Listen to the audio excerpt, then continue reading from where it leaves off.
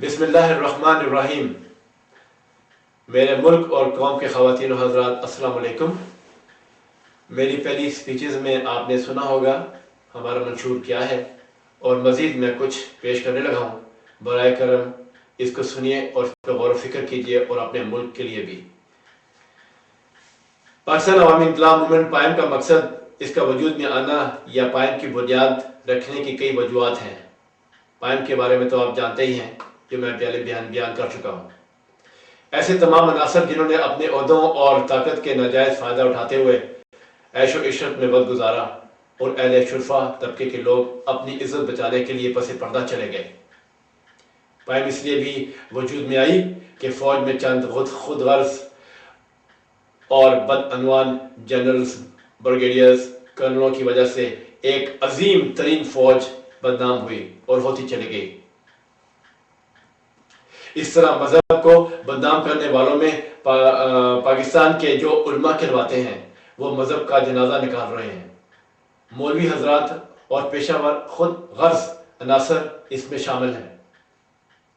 ایسے ہی صحافت میں کچھ گندی مچھلیاں ہیں جو اس مقدس پیشے کو بدنام کر رہی ہیں، اور اپنے ذاتی فائدوں کے لیے قلم فروشی کرنے سے بھی دریغ نہیں کر رہی۔ ایسے ہی بعض بزنس مین جو پاکستان کی معیشت کو اپنی مٹھی میں بند رکھنا چاہتے ہیں، اور مجبور غریب و بےکس عوام کا مہنگائی کی شکل میں گلا گھونٹ رہے ہیں۔ پاکستان میں ایسے غدار عناصر کی کمی نہیں ہے جو ملک کی جڑوں کو کھوکھلا کر رہے ہیں۔ قائد اعظم محمد علی جناح نے اپنی انتھک محنت سے علامہ اقبال کے دیے گئے خواب پاکستان کو حاصل کرنے کے لیے جتنے مصائب کا سامنا کیا، اور ملک اور آزادی حاصل کرنے کے لیے مسلمانوں نے جو خون کے دریا پار کیے، نوجوانوں نے جس طرح قربانیاں دیں، ماں بہنوں بیٹیوں کی عظمتیں تار تار کی گئیں، اسے ہم کیسے فراموش کر سکتے ہیں؟ ہم ایک آزاد ملک میں رہتے ہیں اور رہیں جہاں پرامن اور سکون اور انصاف کا بول بالا ہو، لیکن آج ہم ملک اور عوام کی طرف نظر دوڑائیں تو ہر طرف افراتفری کا سماں ہے۔ ظلم کا گمبھیر اندھیرا چھایا ہوا ہے، انصاف نام کی چیز بالکل ناپید ہے۔ غریب ظلم کی چکی میں پس رہا ہے، ڈاکو ہر طرف دن دناتے پھر رہے ہیں، لٹیرے بھی دن دناتے پھر رہے ہیں، اور ڈاکوں کا ہر طرف راج ہے، اور پاکستان عوام کا سکون غارت کر رہے ہیں۔ اگر خودکشیاں، قتل، ڈکیتیاں، لوٹ کسوٹ، خودکش حملے اور ٹیررزم معمول بن چکی ہوں تو ایسے میں عوام کیا خواہش کریں گے؟ یقیناً کسی مسیح کے آنے کی دعا کریں گے۔ اس وجہ سے پائم کا قیام قدرت نے عمل میں لایا، اور اسی وجہ سے پائم کا قیام ناگزیر ہوا کچھ سال پہلے۔ پائم ملک کو بدنام کرنے، اسے نقصان پہنچانے اور لوٹنے والوں سے ایک ایک پائی کا حساب لے گا، انہیں انصاف کے کٹہرے میں کھڑا کرے گا۔ 61 سالوں میں جنہوں نے بھی، چاہے سیاستدان ہو، جرنیل شاہی ہو، کاروباری طبقہ ہو، صحافت کے میدان کے گندے رونڈے ہوں، بدکار لوگ ہوں، دین کے ٹھیکیدار ہوں، وزراء ہوں، غنڈے ہوں اور لٹیرے ہوں، سب کو پھانسی کے تختے پہ لٹکائے گا یا انہیں سخت سے سخت سزا دے گا۔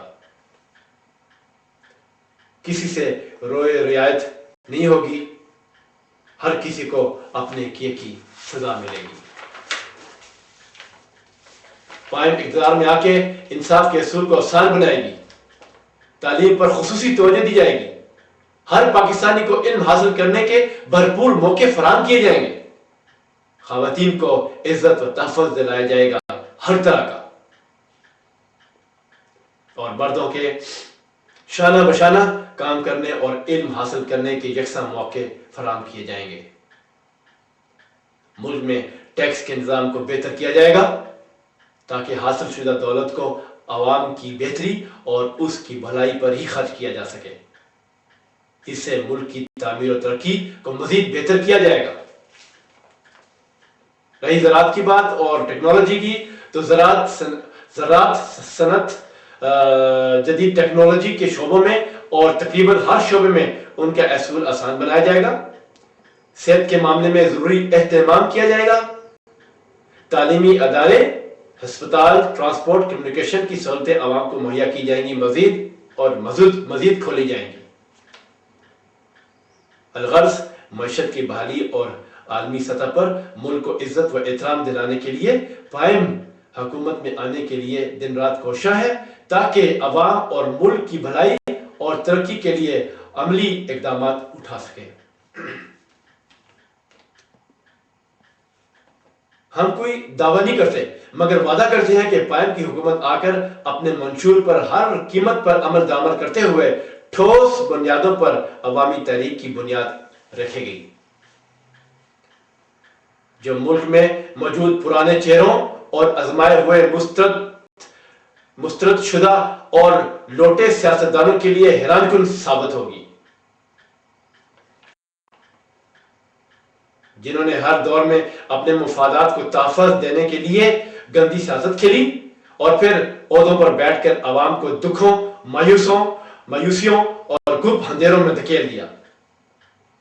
ہم پاکستان پر زبردستی تھوپے گئے تمام مسائلوں سے ہمیشہ کے لیے چھٹکارا بھی حاصل کروائیں گے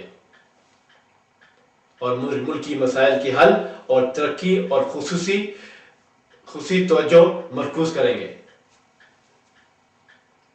اور ایسی ملکی پالیسیاں مرتب کریں گے جن سے فعال وفاقی اخراجات میں کمی ہو، اور اس طرح ہم کثیر رقم بچا کر ملک کے ترقی منصوبوں پر خرچ کریں گے اور دہشت گردی کو جڑ سے کاٹ دیں گے، کیونکہ دہشت گردی اس وقت کافی عرصے سے پاکستان میں بہت بڑی پرابلم بنی ہوئی ہے۔ اس معاملے میں بھی بڑا سیریس اور ٹھوس کام کریں گے ہم، اور ملک کو پرسکون سلامتی کا گہوارہ بنائیں گے۔ ہم پالیسیاں واضح کریں گے کہ براہ راست غریبوں، مظلوموں، ناانصافی سے پسے عوام جن کا آج تک کوئی پرسان حال نہیں کو فائدے حاصل ہو سکیں۔ اس طرح سے ہم ملک کی باغ دوڑ ان کے حوالے کر دیں گے۔ آج نام نہاد موقع پرست سیاسی و دینی قائد صرف اقدار کی جنگ لڑ رہے ہیں۔ بے روزگاری اور مہنگائی کا جن بے قابو ہو چکا ہے، امن و سکون لٹ چکا ہے، لا قانونیت انتہا کو پہنچ چکی ہے، کرپٹ افسران اور ادارے عوام کا سکون برباد کر رہے ہیں، کرپشن کرنا ان کے رگ و پے میں سرایت کر چکی ہے، تعلیم کا گراف دن بدن گر رہا ہے، ضروریات زندگی پورا کرنے کے لیے روز تیل اور پیٹرول کے ساتھ ساتھ خوردہ نوش کی قیمتوں میں بلا جواز اضافہ کیا جا رہا ہے، سیاستدان اقدار کے لیے گتھم گتھا ہو کر پورے عالم میں تماشا بنے ہوئے ہیں۔ اس سے ملک کو پوری دنیا میں بدنام کیا جا رہا ہے۔ ایسے موقع پرست بدنام زمانہ اور بدعنوان سیاستدان کو انصاف کے کٹہرے میں لا کر کڑی سے کڑی سزا دیں گے۔ یہ سیاستدان سمجھ لیں کہ اب عوام ان کے ساتھ نہیں ہے، اگر کوئی ان کے ساتھ ملتا ہے تو اپنے ذاتی مفاد کی خاطر، یا وہ تمام ان پڑھ طبقہ جو صرف نعرے لگاتے ہیں اور دنیا کے بارے میں کچھ نہیں جانتے اور سیاستدانوں کے مکارانہ ارادوں کو بھی نہیں جانتے، وہ ان کے پیچھے ہیں، ورنہ تمام سیاسی پارٹیاں جھوٹی اور مکار ہیں۔ یہی سچ ہے اور یہ سچ رہے گا ہمیشہ۔ دوسری بات، جنرل ایوب خان کا دور حکومت صنعتی اور دیگر ترقیاتی حوالوں سے پاکستان کا سنہری دور مانا جاتا ہے اور رہے گا۔ اس دور میں جو ترقی ہوئی وہ دنیا جانتی ہے۔ ذوالفقار علی بھٹو نے نیشنلائزیشن جیسا اقدام کر کے اس کا جنازہ نکال دیا۔